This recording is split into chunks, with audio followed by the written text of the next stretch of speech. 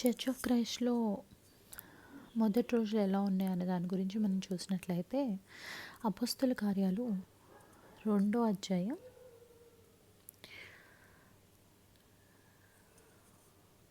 ఒక్కసారి మనం 41 నుంచి 47 దాకా చూసినట్లయితే,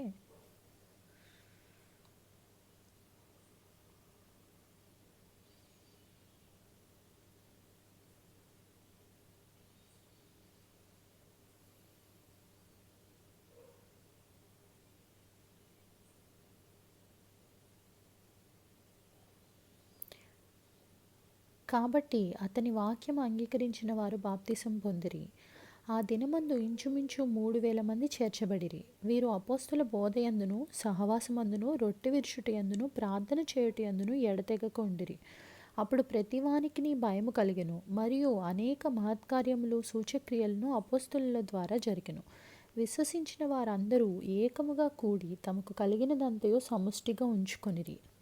ఇదియో గాక వారు తమ చర స్థిరాస్తులను అమ్మి అందరికిని వారి వారి అక్కర కొలది పంచిపెట్టిరి.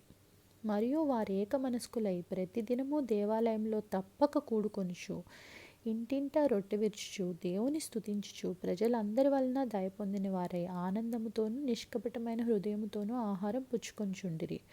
మరియు ప్రభువు రక్షణ పొందుచున్న వారిని అనుదినము వారితో చేర్చుచుండెను.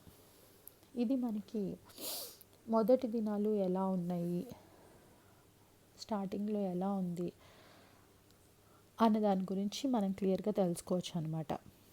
అపోస్తల కార్యాలు మనం మొత్తం 1వ అధ్యాయం 12వ వచనం నుంచి అపోస్తల కార్యాలు 2వ అధ్యాయం 47 దాకా మొత్తం ఈ క్రీస్తు సంఘం అనేది ఏర్పడబడిన మొదటి దినాల్లో ఎలా ఉంది అనే దాని గురించి తెలుసుకోవచ్చు.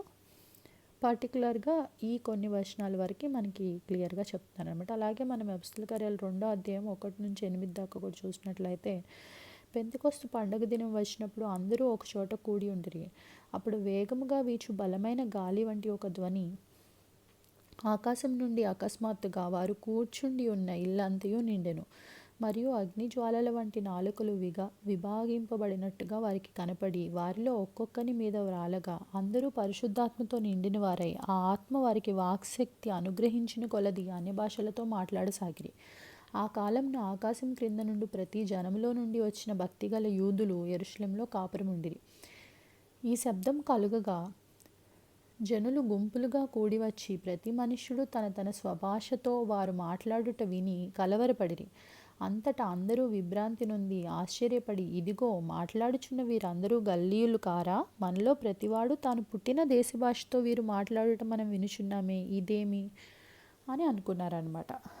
అంటే వాళ్ళందరి మీదకి పరిశుద్ధాత్మ రావడం వల్ల, వాళ్ళందరూ బాప్తిసం పొంది అక్కడ ఉండడం వల్ల వాళ్ళు వాళ్ళ సొంత దేశ భాషతో, అంటే వేరే దేశం నుంచి వచ్చిన ప్రజల వాళ్ళ లోకల్ భాషతో ఇక్కడ గలిలయులు వాళ్ళు మాట్లాడడం విని వాళ్ళందరూ ఆశ్చర్యపోయారనమాట.